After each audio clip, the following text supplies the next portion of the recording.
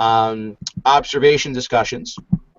As I said to you, the purpose of tonight, let me get my notes. The purpose of tonight is for you to discuss your observation assignments.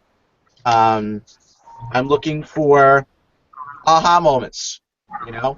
I'm looking for some of the stuff, the things, not exactly like what Ashley mentioned in class, which I think is appropriate that I, leave at that. But the certain items that she found in the playground, um, so I'm not looking for exactly that, but those kind of things, like, wow, this was, even though I observed a great class and this is what I saw. Okay, there's no wrong answer per se. Um, but I'm interested in what you hear or what you saw. I don't care who goes first. You don't get a better grade if you go first or last. Uh, I'll let you talk. I will probably interrupt. That's my prerogative. We'll chime in and whatnot. So, um, that's it. Anybody have any questions before we start?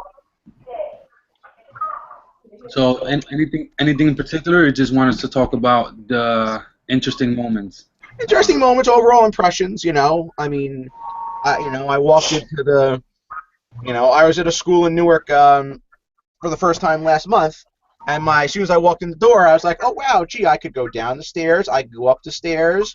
The security was minimal at best. That was my first impression. School's a great school, but my immediate thought was this is I get buzzed in and I'm wearing a brown shirt, I look like UPS, and I'm anywhere in the building, and I'm doing a lot of having. So that kind of thing. It's any impressions. It was.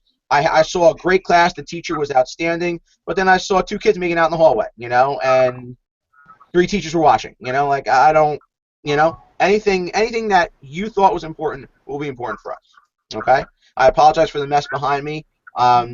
It's December, so there's stuff going on. Basically. So further ado. All right. So whoever wants to go first, I'm all ears, as are the rest of us. It sure beats driving in the rain in Jersey City. So away we go. All right. Well, I'll go first, I guess. All right. All right. I actually did an observation in the school that I work at in Roosevelt School, Union City. Okay. Just got back from there. We had parents' night, and my sister also works there. She's the media specialist, reading specialist. So went down there to observe her class. Okay. And luckily for me, it was a fourth grade class. We do it's K through 6, so the younger kids are a little rough to do. But luckily, it was a fourth grade class, and it was a basic lesson plan. I mean, it went pretty smoothly. It was they had to research on a particular animal as a group, and use different types of technology, whether it was the computer. There's a library in that room as well, so they had to use different sources to research and like make a drawing or something like that. I mean, for the most part, it went smoothly. One of the groups was arguing about what animal to pick. That's about the biggest problem we had, and she had to go in and just pick it for them. But for the most part, it's pretty good. Okay. Things about the climate, atmosphere of the room. Things about the climate. Actually, the room is actually one of the best rooms in the building. They have it's the media room and library, and they have like the actual physical climate. You mean? Anything about the climate? Were kids participating? Was it hot? Anything of note about the room itself? The room itself is pretty cool. It's used for multi-purposes, but it's a media room, so they have tables and they have Mac the laptops, not the laptops, the desktops all over the edges. Okay. So it's pretty packed with technology. They have a smart board. They have an entire library on the other side. Okay. The dynamics was 4 to 5 students per group, and you can tell what student took charge and what students just fell in line or what wasn't really comfortable with working in a group, and found mostly that sometimes, like, the kids that get in trouble a lot, the outspoken ones, are the ones that are actually good leaders. Okay, so the kids that say that again, the kids that were getting in trouble, the ones that were good leaders. No, I'm saying kids usually that, the ones that get in trouble on a daily basis, where they speak out, or they talk too much, they're usually Hmm. talkative. They kind of excel in group projects where they're not shy, and they can take lead. And so, I mean, it's good. It gives them a chance to do well, I guess. Okay. Okay. Yeah. No, I agree. I think it's okay when we let the kids loose, and and they can actually work constructively by themselves or in a group like that. It's interesting to see how the dynamics come out. So Yeah, I and agree. actually, it was pretty loose. It was basically pick your own Excuse group, me. pick your own animal, and Hmm. use whatever you want in the room. And had music playing in the back, so just, kind of floated around and helped the groups out, whether it was the website, Okay. or looking through the library. So, I mean, it was pretty relaxed. I mean, it was a little loud, a little louder than what I would have liked, Okay. but I mean, it worked. It seemed pretty productive. Okay. But I also dare say that sometimes loud is okay. Um, but it was an overall productive lesson. Yeah, it was pretty productive. Good. Okay. Anything else you want to add? Uh, Not at the top of my head. I mean, we Okay. have. Any questions for anybody in the group? If I had any questions, Yeah. Anybody with questions for Jonathan? don't be shy. Nope. Okay. That's I fine. do have one. I have one. Go Okay. ahead. Did being in your in the classroom, did it give you did it make you want to change your style of teaching, do anything differently? I'm sorry. I'm sorry. What was that? Did it make me want to change what? Your style of teaching? Actually, I teach physical education, so the it's like a different field for me. So, I mean, really wouldn't relate to changing my style, but Or did You it make take. you want to do anything differently in the classroom with the students or anything? yeah. Well, actually, I mean, working in groups was actually pretty cool. I mean, for the most part, it's usually I'm up there as, like, not like I'm lecturing because I'm in phys ed, but I'm up there and I'm telling them what to do. I guess maybe group work is pretty effective, where I can put students in groups and let them do their own things, like do stations or whatever in my classroom, which would be my gym, Hmm. where I And can do you stations and middle. stuff. I'm sorry, Jonathan. Middle school, high school. No, it's elementary school, K through 6. Oh, you do elementary. Okay, so you're in the same age group. Okay. Yeah.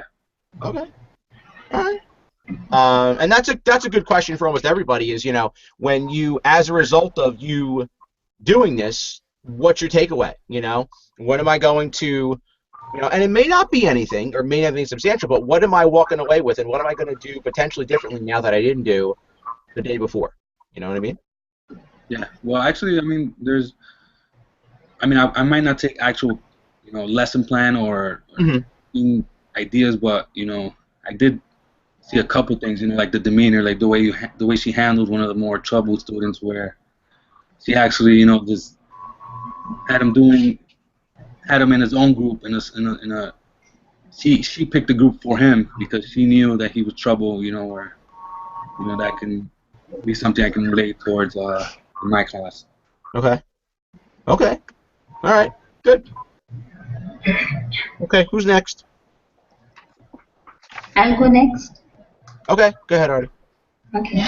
Hello everyone. I observed a class in a vicinity. It's public school 16, where one of my kid is going there. So the principal was kind enough to give me an opportunity to go and observe a first grade class.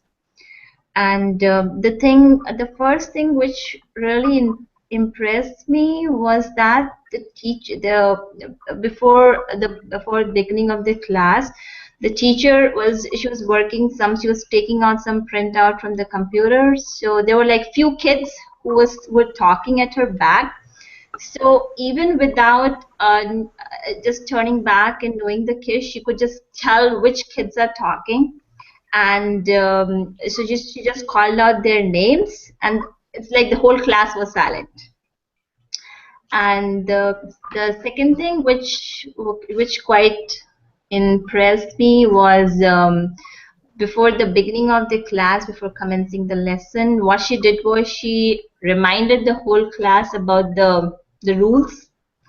So I think if you remind the students about the rules of the class, so I think that really helps in maintaining the decorum of the class, because they will be very clear with the rules. And on top of that, the teacher was she was quite enthusiastic. And I think her main motive was just not to like finish up the lesson plan, and the lesson plan was on transportation. So she just tried to involve the whole class. And if there was kind of a question which the students were trying to ask her, so what I felt like she's trying to involve the whole class in answering that question, instead of like just giving the direct answer herself. She's like taking out those answers from the students. So because generally I feel that teachers, they just directly answer the question, and but here she was just trying out the answer from all of the class, and by chance if they were not able to do it, so she then told the answer. So in a way it was, the class was very participative. Okay. And I think and yeah, when there was like a small group discussion, so another interesting thing which I found was that when it was like a small group discussion, so what she did, she made like a group of like 3 students, and then she the question which she gave was that you have to find out the mode of transportation and why is it used for. So what they had to do was like make a small group, and then she's going to ask them, but she's not going to ask them what they think, but then she's going to ask them what their friend or the other student in their group told them.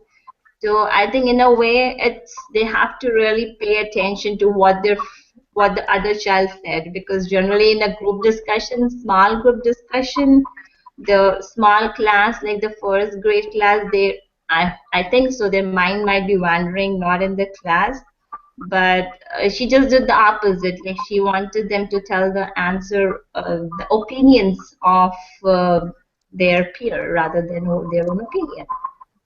So this were quite a few things which really impressed me in the class.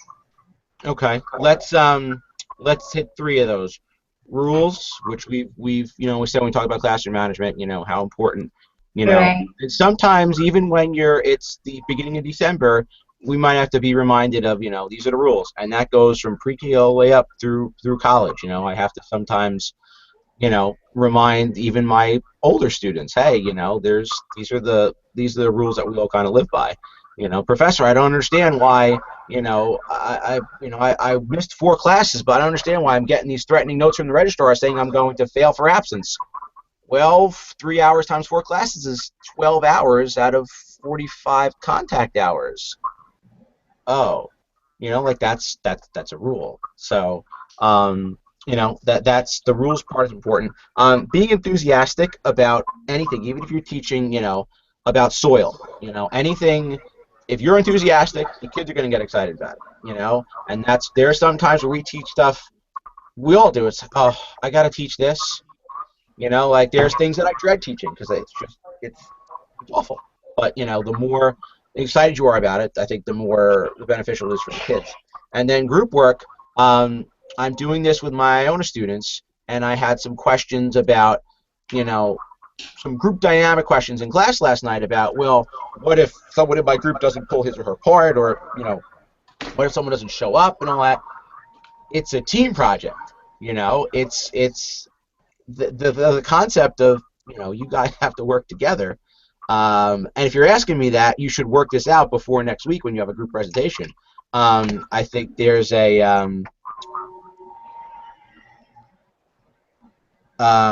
have to you really have to work all that stuff out. And it's nothing wrong with doing that group stuff. The earlier the better, so that kids develop those group dynamic skills. So by the time they get older, working together collaboratively is a second nature. Yeah. Yeah, good. Okay. Any questions for Artie? Okay. Who's next? I can go next. I'll go. Oh, sorry. Do we want to do virtual rock, paper, scissors? I don't care. You can go. It's all right. I'll go next. Okay. So I observed, so I work in a detached trailer for pre-K4, and I actually observed the teacher next to me, and I've been in her classroom a few times. Every time she needs a break, I run in. She has to go to the bathroom if her aide has left. But I basically sat in for a math lesson and her morning meeting. So what impressed me is this teacher's also sort of like the model teacher for the school. She's on the school website. She's extremely organized. She talks, it's kindergarten, I'm sorry. It's kindergarten class. She talks like kind of in a monotone voice to them, but like friendly. She's always smiling. If a kid has to go to the bathroom, like during discussion, she'll just kind of like nod her head, like go. Like you could tell the kids have order. There's an order to the classroom and there's rules established.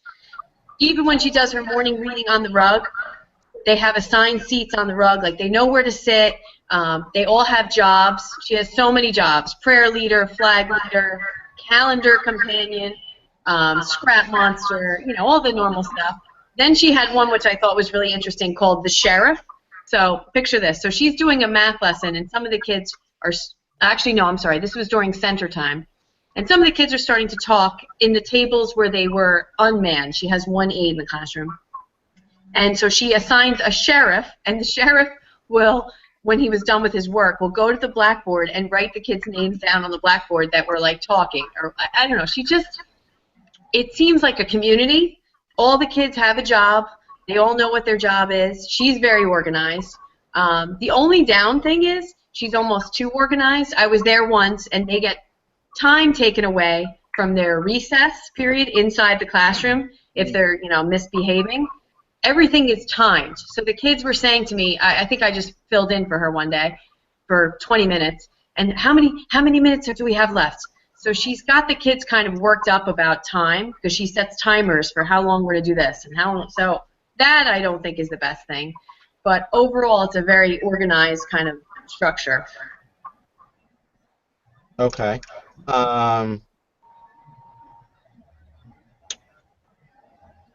Sorry, of course, though I'm getting frantic texts from upstairs.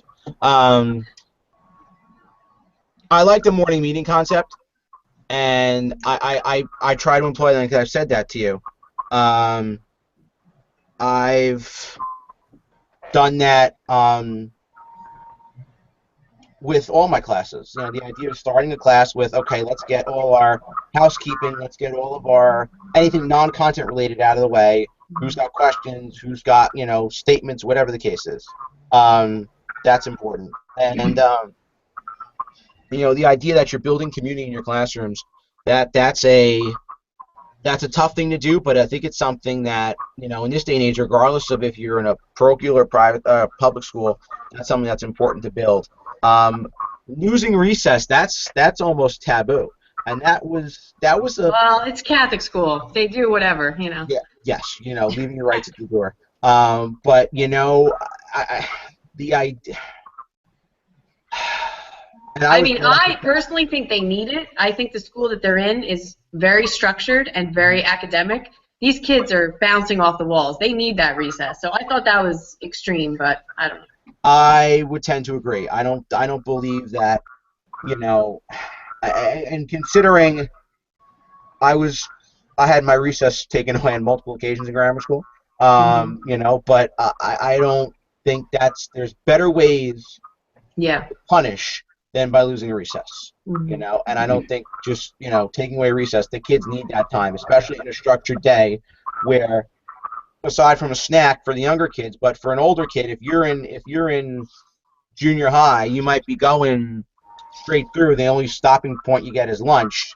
You know, and even if you're an older, you know, let's say like fourth, fifth, sixth grade, it's the same thing. You know, you're not stopping for snack. You're going pretty much straight through. You know what? I would be upset. I think if my child came home and said that I didn't get to go out to recess, I'd probably be upset. Especially at that age, they really don't remember. You know, Yeah. by the time it's recess, why am I here? No, it's so true. Yeah. No, that's my biggest complaint about my kids go to this school, and that's the only complaint. Yeah, Is they get a half-hour lunch. Listen to this: a half-hour lunch, and they only build in. So kids have to eat lunch, and recess is built into that half hour. So they wolf down their food in 10 minutes to try and go outside for 20 minutes. That's what my school's like too. Yeah, it's very academic, and they don't you know, it's getting them outside is not a concern. Well, one of the things. Oh, sorry. Go ahead. I was going to say one of the problems that, I mean, I'm a teacher and we have the same kind of schedule where the kid, but at the same time, if they're like really being out of control one day, you have to do something. Yeah. You know, you can't just let them. There's got to be some kind of consequence. So if you talk to parents, if you've tried other things, I mean, maybe you have to take lunch away sometimes. Yeah, and I mean, she has the traffic light, she has the treasure box, she has a daily chart of like stars that the kids color, like either green, yellow, or red, going with the traffic light.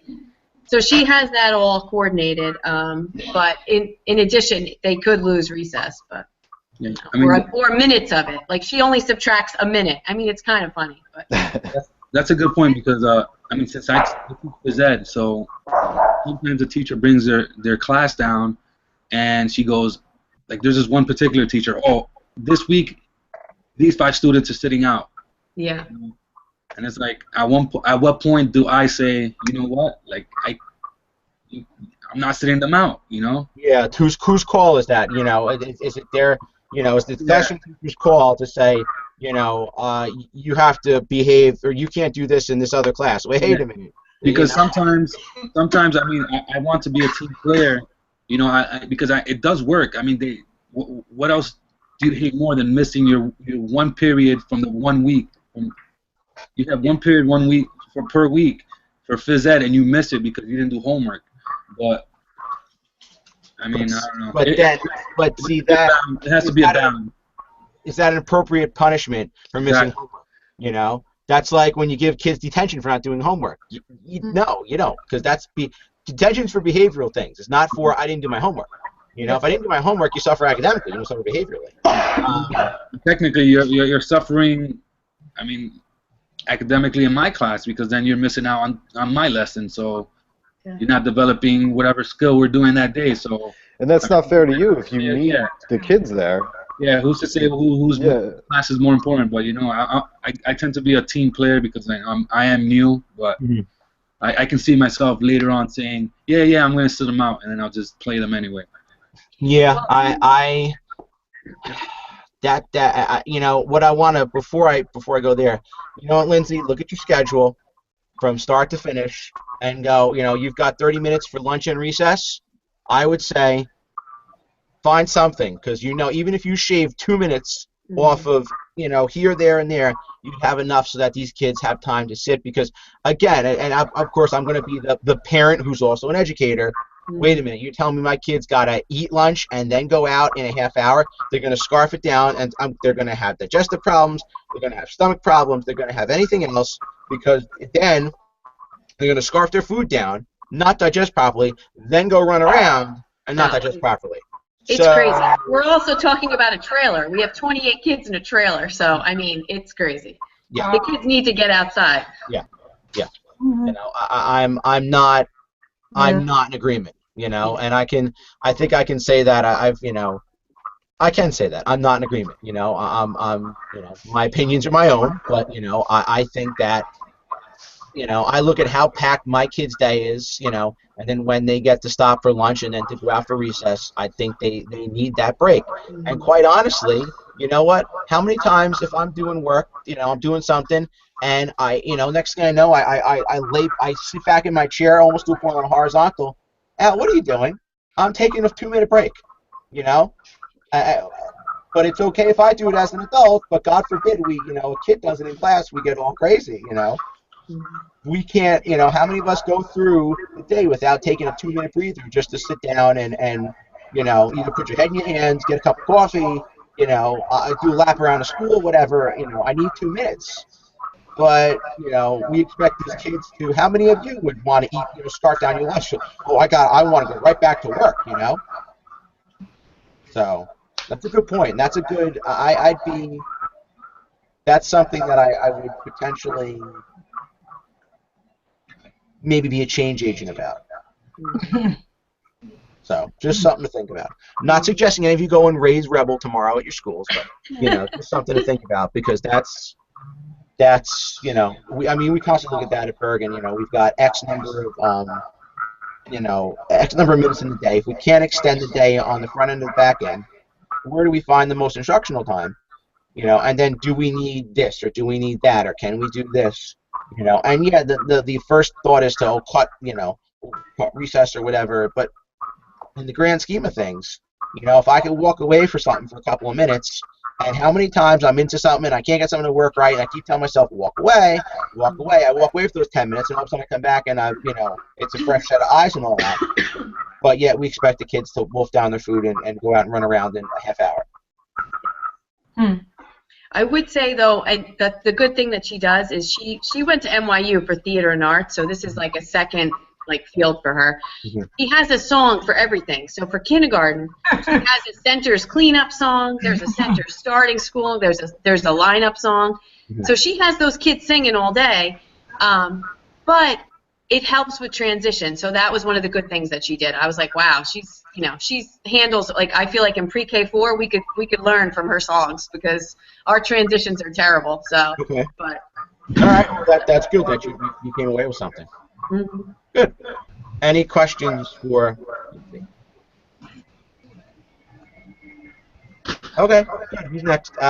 Nick, you're gonna go next? Yeah, I'll go next. Okay. The person that I observed, I'm actually working in the school also. We're both 7th grade teachers together. I'm the social studies teacher, and she's the language arts teacher. And she's been teaching, this is her 44th year, and she's been taught in Coney Island, Brooklyn, and Harlem, all the nice areas. Okay. So she grew up, I guess she grew up teaching kind of in a procedural type of way where the kids are in rows.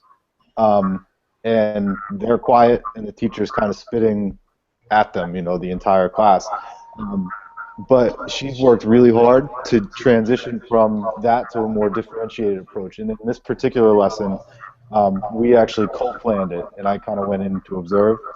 And we did a Junior Scholastic picture book that we submitted to Junior Scholastic, and the kids were working in groups together and they created a book where they were in groups of 4. Some kids, they all worked together to write the story.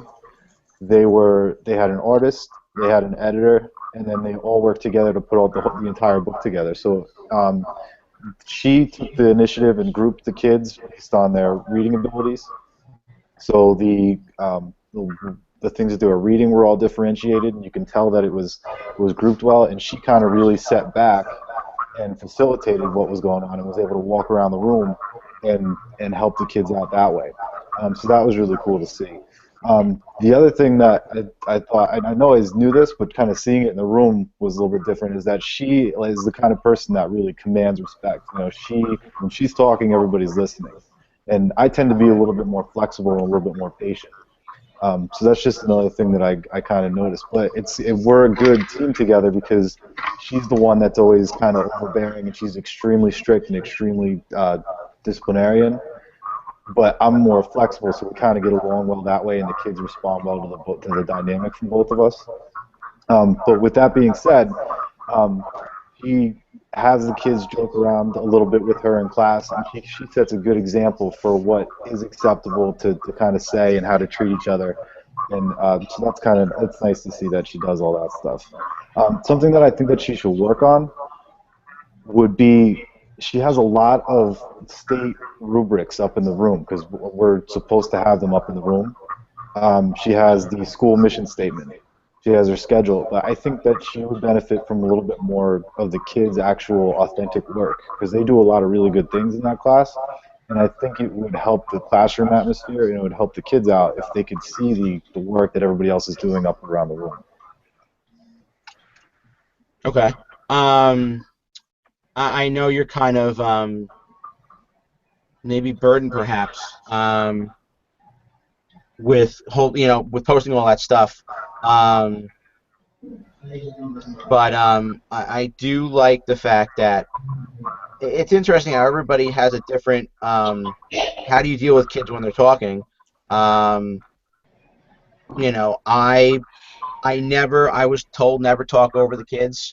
You know, I might, broken record repeat myself. I just might say, as I was saying, as I was saying, as I was saying, as I was saying, as I was, in the most annoying way possible. Oh, we're good now. Can I speak? But everybody's got that different. There's a lot of ways to get your point across. Without And without doing anything. That's kind of the way I am too. I'll wait for them to be quiet before I do anything. But she'll just walk in the room and it's silence. They know that you're quiet. Yeah. Okay. Okay. Good. Any questions for Nick? Moving right along. Good. Who's next? Lenorma. Go ahead. Hi, Professor. I did my observation at the school that I work in, which is Rafael Cordero School, PS 37 in Jersey City. I decided to do my observation in the art class. The population that I used was the autistic students. I did 6th to 8th grade. I chose the art class because that's a moment where the students look like they're very calm because they like art. What I found interesting in the class was the teacher is paralyzed and he's in a wheelchair. And what he did in the classroom, he cut the desk on the opposite side, like those long ones that's in the lunchroom, so that he's able to, roll around and go close to the desk so that he can give the children one-on-one attention. I also like the way he uses the Prometheum. He uses YouTube to demonstrate art drawing and abstract drawings for the children. Okay. I've been working in the school district since 2007, and to be honest with you, he's one of the best art teachers I've seen. Considering that he can't walk, to me, he's done better than teachers that I know that can walk around the room. The way he caters to the children, the one-on-one, not only that, the children are so calm, they don't give him any problems, there's no outbursts, everything he says to them. Here's the crayons, everything is there, access to everything for the students. Also, when I came in the room, all the art was on the wall of students in the past that did different types of art projects. And I don't know if you could see this from where I am, but I'm going to try to do it from my desktop computer because I wanted from my iPad Air because I wanted you guys to see what the desk looked like because I took a picture of it and some of the art that the students did. I don't know if you can see this. Are you able to see this? The desk? Are you able to see it, guys? Will you cut one side of the desk? A little? No, it's too hard. Oh, I see. Right. Okay, well, and then some of the art. Can you see the art? Move it back. I can see the selfie on Nirma. That's a selfie. Oh, I'm sorry. Okay, can you see the art, guys? I apologize. Can you see the art? Much better. Oh my God. And I want you to see some of the stuff that the children did. Sorry about that, guys. Okay, here's some of the stuff that the children was doing when they did the abstract art. Okay. Hold it up a little higher. Okay. And here's a picture. Look how nice this came out. Can you see it? Very nice. Yeah, that's what the students were doing in the classroom. So what he did was he took like a circle, a triangle, a rectangle. He put a face on one, a mouth on one, and then he had them put it together. And then he made them draw a picture around it, like a face of themselves. But he used YouTube to demonstrate how it's supposed to be done. So in my opinion, everything was excellent. Like I said, Professor, he's one of the best. I've been in the system since 2007, and I've been in classes before, and they'll just give the kids clay because they're special needs. They'll just give them clay and have them play with clay all year long. So I found him to be extraordinary. I told him, I said, "You're one of the best I've seen." He said, "Are you serious?" I said, "Yes," because you know, just because they're special, they have special needs doesn't mean you can just throw them anything. He does one-on-one with the children, and he gives them the best quality.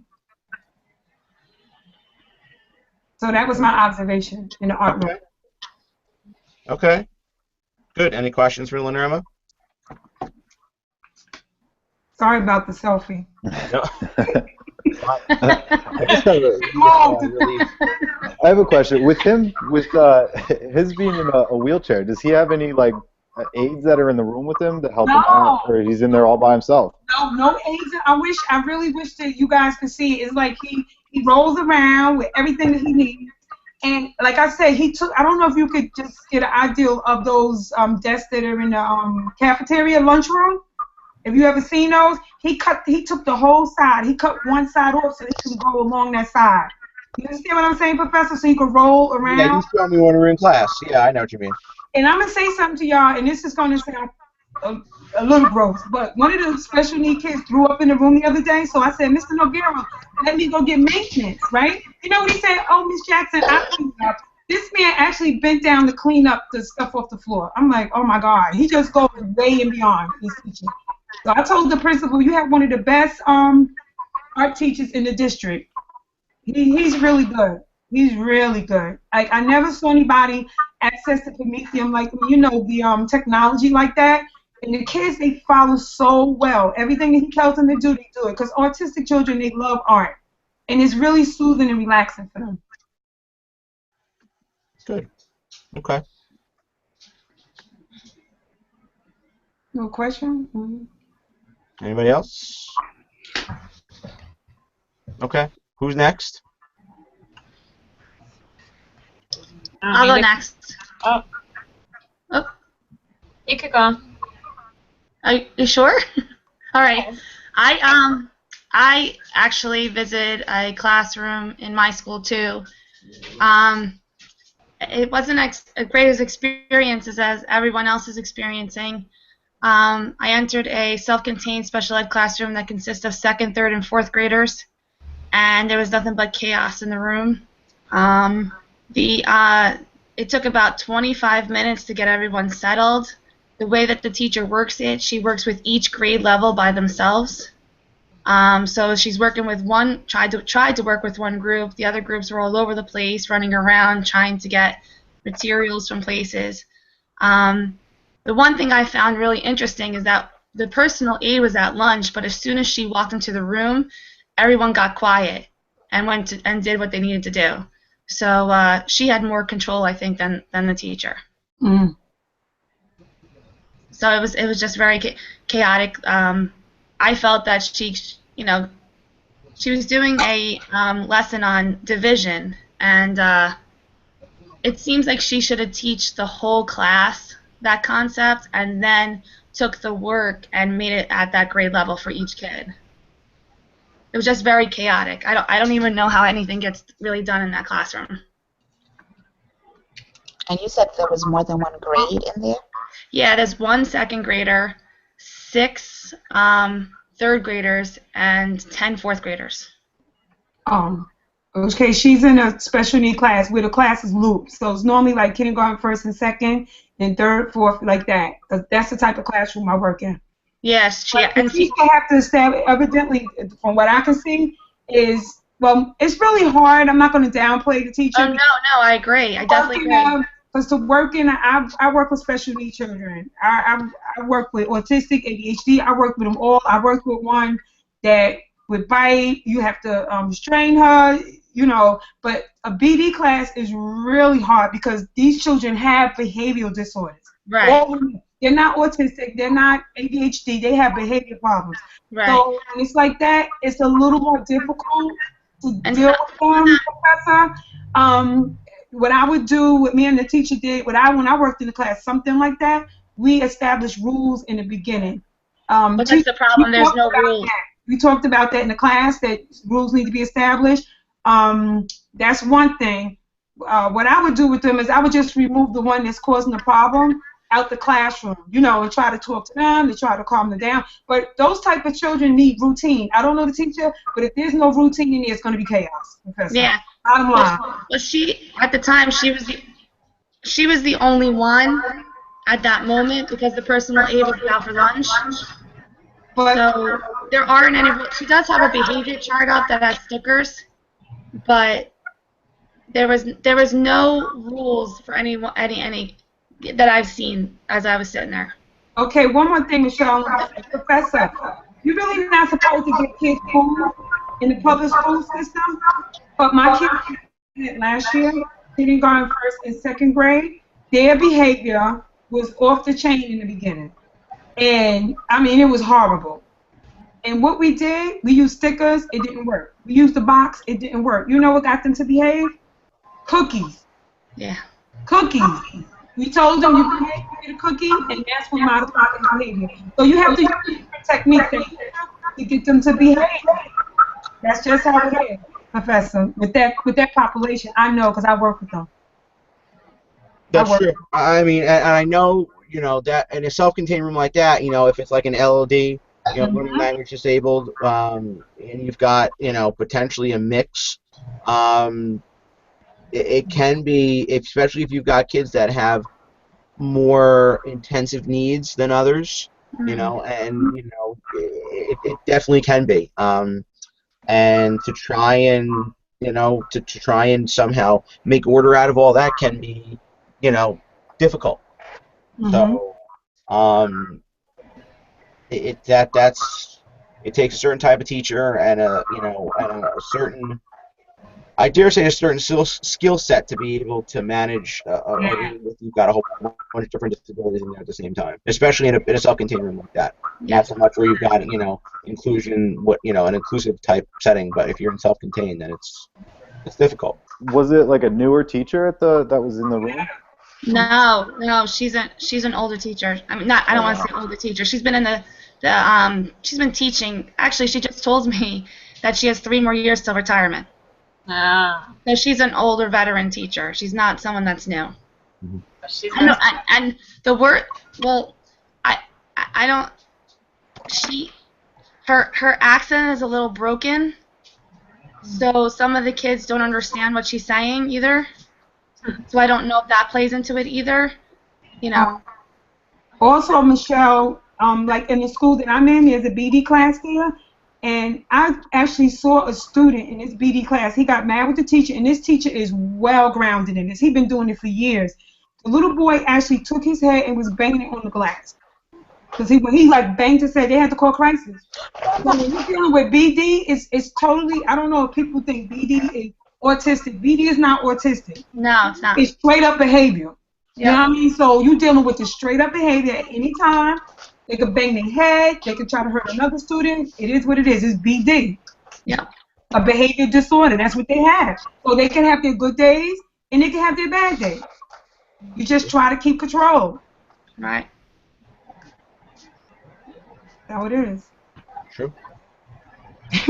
Anybody else? Everybody going into special ed. That's how it is. Takes a certain type of teacher. Yeah, certain type of teacher. I love them. Anything they do one day, when I see them the next day, it's like it never happened. That's how you have to be with those type of kids. Everybody cannot work with that population. They just can't. Agreed. Okay. Good. Roxanne? Yeah. So I observed the pre-K 3 classroom, which I also work at the school, so I went into another classroom and observed. And it basically goes like the same, like that growing up online, like we do have to be entertainers, so you definitely see that in a pre-K classroom, whether it's like our voice is low or our voice is high, so you're definitely like keeping the children engaged. something that I observed the teacher do was like stop, look, and listen, and then the kids say, okay. So like that's some, attention getting techniques that she uses. She's a very bubbly teacher. You could tell that the kids love her, they respect her, always greeting her with hugs and, blowing kisses to her. So it's like like a mother connection with the children. There's 15 children in the classroom. There's 10 girls and 5 boys, which I think is the best deal. Because when you get more boys than 5 of them, it's like mayhem. They're just wrestling each other, throwing themselves to the floor. So she has a great class with the 10 girls. That's pretty much it. I don't know if anybody has any questions. Oh, actually, piggyback on what she was saying. Now, I forget your name, but you said that you're a pre-K or a kindergarten classroom. So now you use a behavioral chart like red light, green light. With us, for high school, we can't use that. So it's confusing, like pre-K3, you can't use that, but then when the child goes to pre-K4 or kindergarten, you're able to use a behavioral chart. Yeah, no, in pre-K4, I worked in pre-K3 last year, and there's no chart. Pre-K4 and kindergarten, those 2 classes that I worked in, yes, there is a chart. In pre-K3, the incentives were like stickers. We had a fairy, like when you were saying about like drama, we had a fairy that came to visit the classroom and delivered like, I don't know, a craft project or whatever. So you get really imaginative with the 3-year-olds, and that was like I was sort of like a behavior reward, but we called it the fairy come into the classroom. So whatever. I mean, we're not supposed to give stickers, but like here and there, of course, we give it because like children do, and they do like that little reward. I don't know so much about cookies because then in my last class, we were talking about obesity, so we shouldn't be rewarding the kids. Well, my kids wasn't fat, so they could deserve a cookie. All right. Yeah, we can't give cookies. I wish we could, but we can't. Well, we could. Shoot. Like, We no. get that behavior right. To get them to work and do behavior, they did their work and they behaved. That was all. You give them the cookie. It works. You work in the BD class, you'll see. You'll be trying to do anything you can to keep order. My patience is getting low with pre-K. You know what I mean? But I did get hit today by a little 4-year-old, and then she gave me a kiss later, like, I love you, I want to go home with you. I'm like, oh, all right, you were earlier. But, yeah, I mean, it's great. The kids are really cute at pre-K. But then it's so much social emotional. It's like, she's not my friend, or I don't want to share. That's my toy. And then I'll be like, no, that's not your toy. That's the school's toy. Definitely at that age, you're definitely like your teacher, your mommy, your guidance counselor, your nurse. Like, I wear so many hats. Well, guess what? It doesn't get different as they get older. No. It doesn't get different. That's why I'm not staying in the classroom. That's why I went for guidance. That's it. We use the college term in loco parentis, in place of the parents. I definitely think that applies to any grade level, and how much we're doing all the stuff that in some cases we weren't hired to do. You hired me to be a teacher, but yet I do guidance counseling and I do I do surrogate parenting, and I'm putting on a Band-Aid, or I'm for some reason when the kid says I need to talk to you, it's like they want to talk to you for whatever reason. You're it, So whether you learn this stuff in teacher school or not, it's you're on. You put on a lot of hats. Hey, Mr. Spiegel, can I talk to you? Can I close the door? Can I talk to you privately? Okay. Pretty much no kid's going to tell me anything that's going to surprise me. But when I hear that, okay, I will put everything down because, something's coming my way. And like I said, they don't, sometimes they don't prepare you for that, when you go through all these graduate courses. But it's you do so much, you don't realize how much you're trained to do and how much you have to do until, all of a sudden you're doing it, or you've got kids huddled in lockdown, or you've got, you were asked to cover a class that, is way out of your league, and then you find, hey, you know what, this really isn't so bad. So, But yeah, it's definitely our roles are anything but, you know, traditional and ordinary. And people from outside the field don't get that. You know, you're a teacher. Okay, sure I am. We're everything. Yeah. Well, I hope when I become a guidance counselor, it's easier than what I'm dealing with now with my special ed kids. But I know there's still issues with regular kids, regular ed children also. Yeah. Yeah. Everybody's got baggage, you know. And at some point, you know, we had, unfortunately, I want to say now it's about a month ago, maybe 3 weeks ago, one of our long-term subs died very suddenly. Um, and while it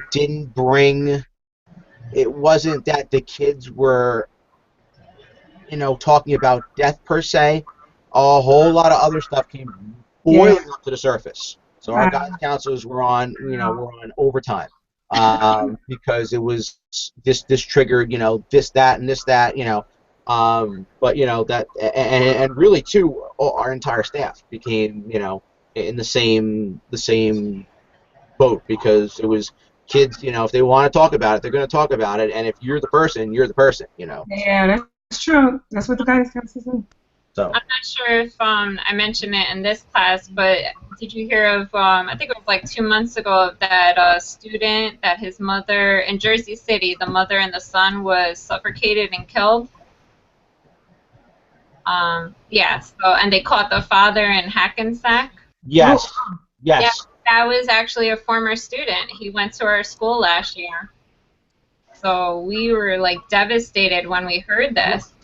Yeah, we would see the dad drop off, pick up, and you know, I still get chills talking about it. And you know, this is a cute little butterball kid that I would hug, and I would call him Pooh Bear. Sure. You know, he's really so sweet. And to hear this, like, I mean, the dad never really talked, but it was never for like, because they only come to our program for a year. So there was nothing within that year that we had to, you know, investigate in. And then to hear this in the news, it was just devastating for all of us. There was one in my school too, Roxanne, but the little girl died before Thanksgiving. She had an asthma attack, and the mother couldn't do anything. So they took up an offering at my school for the little girl.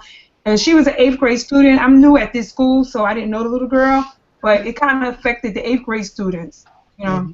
So they sent people in to talk to them if anybody's stressed Affected out. kids that don't even, or not even, you know, we had kids that were distraught who didn't even know the teacher, you know, because it triggered a whole bunch of other stuff. Does anybody else who's in on the call want to present tonight? Because I've gotten through the list. So Okay, so I guess I'll go since I'm here. you want to go? That's fine. Okay. So the school I observed was Lakeland Regional High School. It was Geometry Foundations, which was referred to as Geometry Foundations by both the teacher and the students in the class. The ages varied from 15 years old to 20 years old. So there was a special education teacher present, but the regular education teacher pretty much had control of the classroom. Like she walked around once or twice, but um, the students were more, students might have been troubled. Like for example, he told me there were twins in the classroom. This is like the classroom that they're in. It was an inclusion classroom, and one of the twins had just came into that classroom that year to see, so she can transition from special education to regular education. And their mom had committed suicide by jumping off the George Washington Bridge. And his classroom, which is funny because you know we do a lot of technological things in our and you know in this class, and their projector for the smart board didn't work. It had just broken the day before, he told me, and so they were using the old school overhead projector, and they didn't even have a screen to use it, so they had to turn their my phone totally just died. Oh, she gone. Uh-oh. Oh no, sound like she was gone now. Hush comes over the room. Rhode Island is neither a road nor an island. Discuss. No. Wait and see if she come Waynesboro? back. It was Waynesboro. Yeah, Rhode Island's either road nor... No, the church lady. Saturday Night Live. Church lady. Rhode Island's either a road nor an island. No, it wasn't. It was the... It was Coffee Talk. That's right. Thank you. It was Coffee Talk. That's it. That's it. Welcome to Coffee Talk. Yeah. Did you see the one with was it David Ortiz that was played by Keenan? I haven't watched Saturday Night Live in a while because I don't know if it's funny anymore. It was funny. It was good for a while, and it has its moments. So if it's funny again, I'll start watching. But Yeah, I think it was last week. That one was so funny. He's like, Big Papa. It was so funny. well, I'll give Marlene a couple more seconds. If not, then we might have to postpone her to next week. Professor, we don't have any more classes, right? Not unless you want one. No, I don't want one. Tomorrow night is the whatchamacallit, is that panel discussion, which I think if you can make it, I think it certainly would be worthwhile because the panel includes some superintendents, and if for nothing more, those things are great for networking. They're great to go and shake hands and say, hey, how are you? You know, yeah, I'm finishing this semester. You know, oh, really? You're hiring? You know, I just happen to have my resume right here. You know, and I think it's also it's good for, you know, it's good for you all to get to interact with one another, with your professors. It's nice for me that I get to interact with not only the you know, students in a different way, but with my colleagues. I don't get to see them that often because I'm not on campus that often. And also the topic, I think, is an important one to talk about, you know, the new teacher requirements. So if you can swing it, I don't know if you have class tomorrow night. If your professors are bringing you, you're going on a field trip. You know, I'm going to be there. I don't know if I can necessarily say I'm going to give extra credit, only because, you know, if you're in class tomorrow, your professor's not coming, that's not fair, But you know what? I will notice if you're there. Right? So, you know, if you can make it, like I said, I think it's a good thing.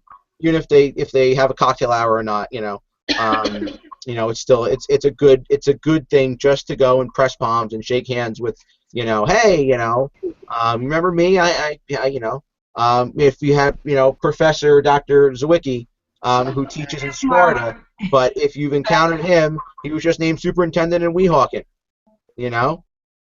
Hey, you know, how are you? Remember me? I had my class. I did class 3 years ago. You know, I was your biggest pain in the butt. You know, I see you're superintendent. You know, do you need anybody? You know, here's my resume. So this kind of stuff doesn't hurt. Doesn't hurt at all. Okay, you want to keep going? Yeah, sorry, technology. Okay, I was filling for you. Thank you. I totally lost my train of thought though. You're talking about the projector and the overhead. Oh, okay, yes. So he didn't have a pull-down screen to use the old school projector, so the students had to actually turn their desks towards the window, so he can use the shades as his, you know, the screen that they needed. One of the things that he does during his class though is he sings a notebook song. So when he sings the notebook song, the students are to take out their notebooks and take notes, you know, the notes that he was teaching for the lesson in the class.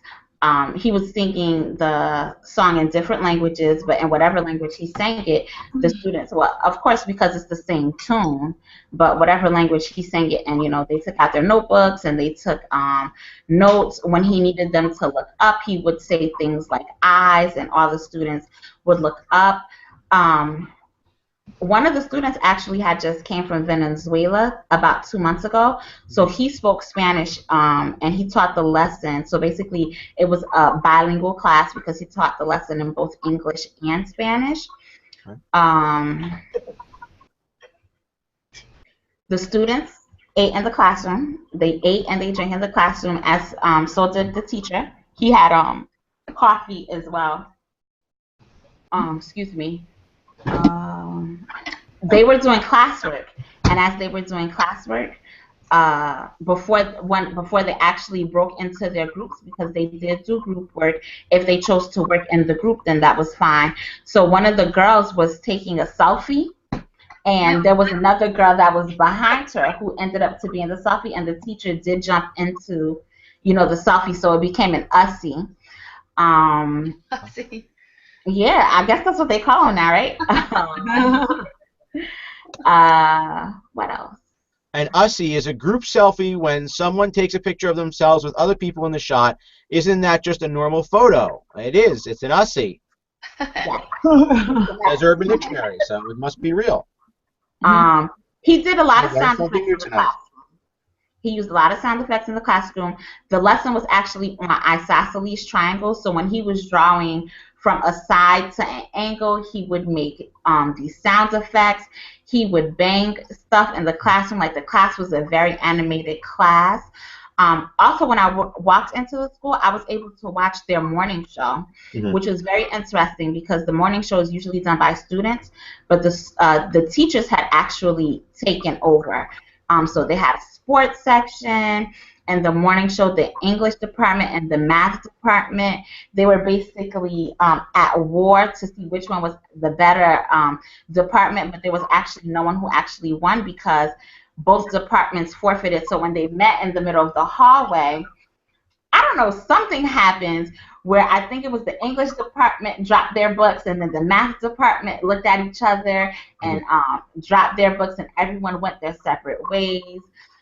There was a sports segment in the morning show.